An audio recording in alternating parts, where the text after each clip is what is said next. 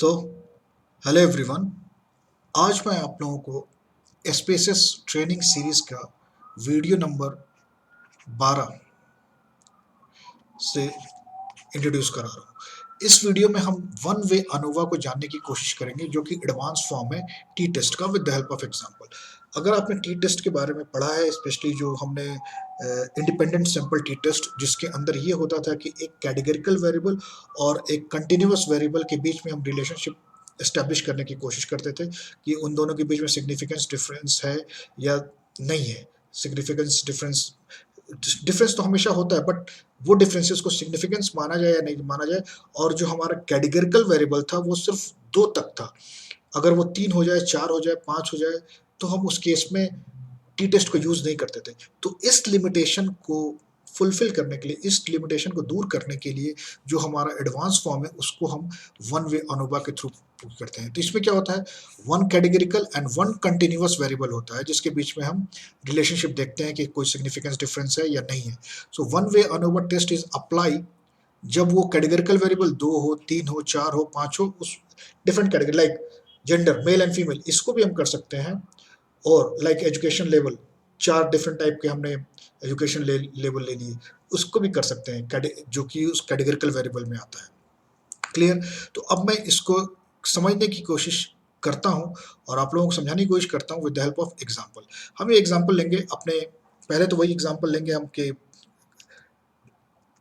जैसे आप ये देखो एम्प्लॉय डेटा वाले में क्या करेंगे, इसमें एनालाइज में जाना है हमें, कंपेयर मींस, इसमें सबसे लास्ट में ऑप्शन आता है वन वे अनोवा। इसमें फैक्टर्स है। अब ये जो फैक्टर्स है, इसमें हमें जैसे आप मान लो एजुकेशन लेवल एक फैक्टर्स को मान लो, ठीक है। और डिपेंडेंट वेरिएबल हमने मान लिया है कि ये करंट सैलरी, नहीं इसमें दोनों है, one categorical and one continuous variable. So इसमें एजुकेशन लेवल और ब्रांड, ये यहाँ ब्रांड तो नहीं है, लेकिन यहाँ पे देखो क्या आपने लिया है, यहाँ पे जो आपके इसमें dependent variable univariate analysis compare means one way ANOVA. Dependent variable में हमने लिया है करंट सैलरी और एम्प्लॉयमेंट कैटेगरी। तो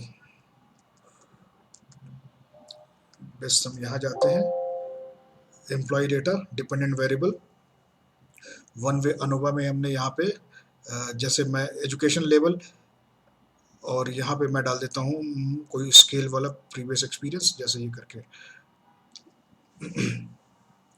तो इस पे हम क्लिक करते हैं।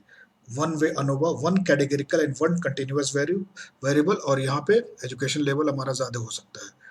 Click on okay. अब आप देखो यहाँ पे क्या दिखा रहा है, सिग्निफिकेंस 0.000, इट मीन्स ये बिलो 0.05 है, तो there is a difference between that one, between the group. So ये सारी चीज़ें। एक दूसरे एग्जाम्पल से इसको हम समझने की कोशिश करते हैं। इस एग्जाम्पल से बहुत ज़्यादा क्लियर नहीं हुआ है, अब दूसरे एग्जाम्पल से इसको क्लियर समझने की कोशिश करते हैं। इस बार जो हमने एग्जाम्पल लिया है इसको लेते हैं। इसमें क्या है, इसमें gender, education, colour, brand, salary, इसमें हम ये जानना चाहते हैं कि जो एजुकेशन लेवल देखते हैं किस में है, इसमें कितने कैटेगरी है, यस 3 कैटेगरी है, 4 कैटेगरी है, और ब्रांड है, इतने सारे ब्रांड की कैटेगरी है। अब ये मैं देखना चाहता हूँ कि ब्रांड जो कि एक कैटेगरिकल वेरिएबल है, और सैलरी जो कि एक न्यूमेरिकल वेरिएबल है, और ये इंटरनेट यूजेस, ब्रांड और इंटरनेट यूजेस के बीच में, क्योंकि ब्रांड बहुत ज़्यादा है, तो ये मैं वन वे अनोवा के थ्रू करने की कोशिश करता हूँ। तो क्या करूँगा मैं, analyse, we will go to the compare means, then one way ANOVA.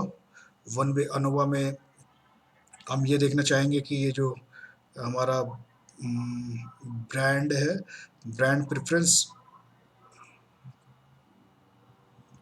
और उसके बाद हमने डेली इंटरनेट यूजेस, ठीक है, इसके कंपेयर में करेंगे हम। उसके बाद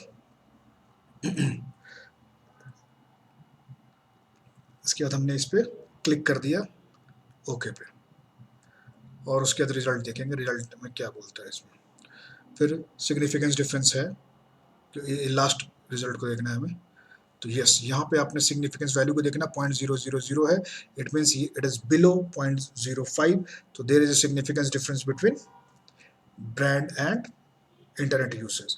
सो नॉर्मली हम अनोवा वन वे अनोवा को तभी यूज करते हैं जब हमारे पास कैटेगरिकल वेरिएबल में मोर देन वन हो, जैसे सेटिस्फैक्शन और इंटरनेट यूसेज के बीच में हम देखना चाहते हैं, तो उसको भी हम एनालाइज कर सकते हैं। Compare means one way ANOVA, फिर हमने इसको रीसेट कर दिया।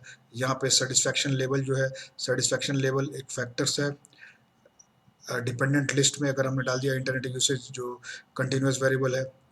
और फिर उसके बाद हमने पोस्ट ऑप में देखा है कुछ, इसको छोड़ देता हूँ मैं।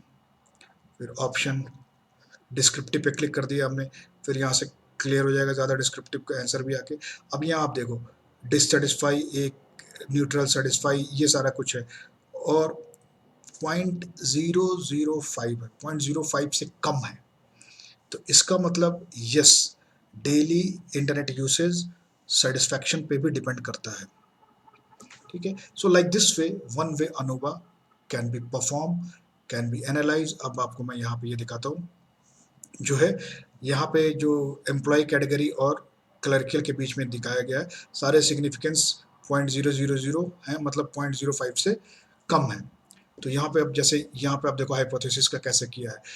There is no relationship exist on one categorical variable, जिसमें 2 ऑप्शन हो सकते हैं, 3 ऑप्शन हो सकते हैं, 4 ऑप्शन हो सकते हैं, 5 ऑप्शन हो सकते हैं, and one continuous variable in the population, they are independent. Like there is no relationship between education level and income. तो इसके लिए हम एजुकेशन लेवल अगर हमारा हाई, लो, नो और मीडियम है, और उसको हम डिफाइन देखना चाहते हैं कि तो उसके लिए हम वन वे अनोवा करते हैं। So there is a relationship between exist in one categorical variable, तो इसका रिवर्स होगा H1। So in case of one way, see the significance two sided, if the value is less than 0.04, इसका मतलब ये हुआ कि इसको हम then it is significance, इसको H1 को एक्सेप्ट करेंगे। और if value is more than 0.05 like 0.06, 0.07, 0.09, 1 like that 1.1, तो उसके लिए हम एक्सेप्ट करेंगे H0 को। तो ये है वन वे